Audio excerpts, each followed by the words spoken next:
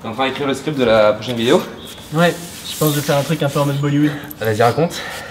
Si tu veux, pour raconter les débuts du christianisme en Inde, je vais faire une scène avec saint Thomas qui se bat contre un tigre. Ouais, mais alors un peu moustachu, saint Thomas. Carrément moustachu, même, avec les lunettes de soleil. Moi, c'était un dur à cuire, saint Thomas. Ok. Alors, je vois bien la scène. Donc là, il arrive dans le village. Ouais. Il voit le tigre. Un gros coup de tatane sur la tête du tigre. Là, le tigre, il est propulsé contre un arbre et ça explose. Oh, c'est bien ça. Par contre, le tigre, il est pas mort. Il revient et c'est les villageois qui viennent sauver saint Thomas. Ok. Et à la fin, il danse avec les villageois. Oh ouais, il danse. Ok. Ça va, c'est cool ça. On passe à Mère Teresa. Ok. C'est parti. Lulu, Mère Teresa est en train de se faire attaquer par un tigre. On part pour Calcutta dans 10 minutes.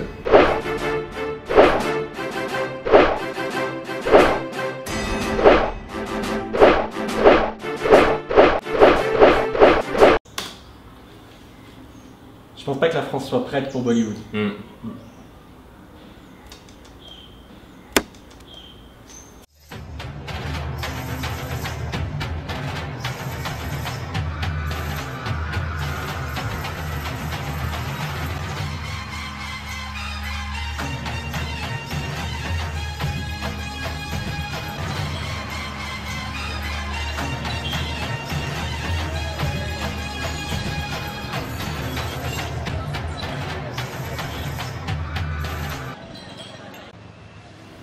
Après notre séjour en Thaïlande, on a fait toute une boucle dans le nord du pays, on est retourné à Bangkok et on a filé directement à Calcutta. On a été volontaire auprès des sœurs missionnaires de la Charité pendant une dizaine de jours. On rendait service à Kalighat, qui a été le premier centre ouvert par Mère Teresa pour permettre aux personnes qui mouraient dans la rue de mourir plus dignement en étant entourées et aimées. Donc le mouroir de Mère Teresa, en fait aujourd'hui c'est plus un hospice. On a découvert que c'était finalement l'une des missions que s'étaient données les sœurs de Mère Teresa. C'était de donner à ces petits vieux un nouvel élan de vie auquel les volontaires participent vraiment. On s'occupait de leur donner à manger, on s'occupait de leur linge, on les massait. On essayait de communiquer avec eux, même si on n'avait que 3 mots de bengali. Ce qui frappe beaucoup quand on arrive en Inde, c'est cette agitation oppressante partout, il y a du monde, les gens vivent sur les trottoirs, ce qui fait que quand on se rendait de notre hôtel à la maison de Mère Teresa pour le petit déjeuner avec tous les volontaires, en fait on marchait dans la rue, et les trottoirs n'étaient pas praticables. On a vu une quantité de lieux de dévotion, parfois immenses, parfois démesurés, et toute cette démesure, ça révèle vraiment ce grand besoin de spiritualité qu'on trouve chez les Indiens.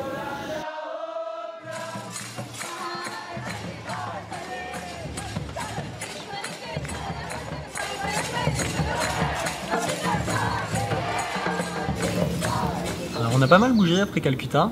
Alors, on a continué notre voyage. Dans le premier foyer de charité où on s'est rendu, on a découvert que c'est aussi le lieu d'un sanctuaire marial. Il y a entre 1000 et 3000 pèlerins qui viennent chaque jour se recueillir sur ce lieu.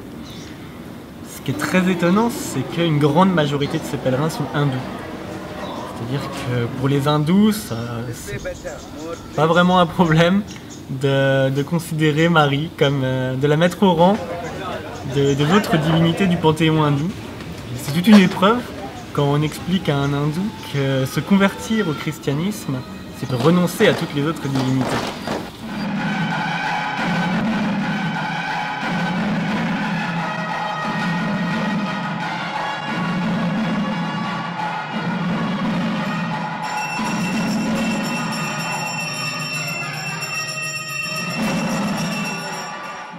On a découvert les slums.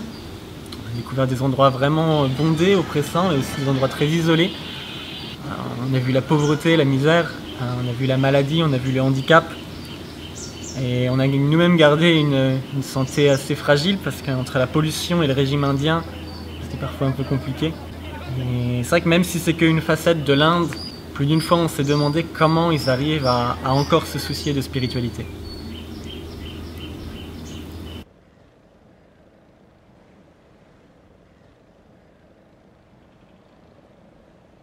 My name is Freddy Prakash and they call me Freddy, and this is my wife Asha. We are working with the organization called Youth with a Mission. We are here in Pondicherry for almost 4 years, and right now we are doing a lot of training, also doing some mercy work, and mainly evangelization. Evangelization among young people. It's like Pope John Paul II, he introduced as the beautiful thing of re-evangelization.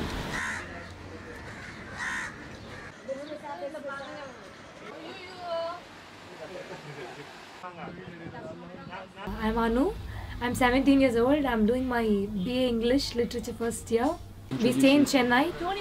Actually, it's a slum. Cans? Says? This says? People here are still in the backward class. Backward class in the sense they still are lacking in the field of education and economic development. Can you introduce in a few words the Catholic Church in India? India is a place of spirituality. Islamic and Hinduism is major religions in India. People wanting to see the God in everything, so it makes easy for Catholic missionaries to understand them and give them the Christian spirituality to them. Here, majority of the people are Catholics. I have a very good faith on Jesus Christ. From my childhood, He's the only God I know. My mom actually, she tells me every day before I go to bed, she makes sure that I do prayer, and it helps us to lead a good life. Catholic Church in India, it's very unique because if you go North India, the practice of Catholic Church is a bit different. In South India, it's extremely different. Like breaking the coconut, something it's very South Indian. If you go to North India, the practice is completely not there. If you go to some place in Varanasi, we have some Christians there. They pray. Their prayers are very different, and they pray like the local cultural flavor. You can see they sit down and they use the flowers of the locally use the flowers, but they pray to Jesus. For Indians, if they are into the prayer, they don't even worry about their time. They can just go on and on.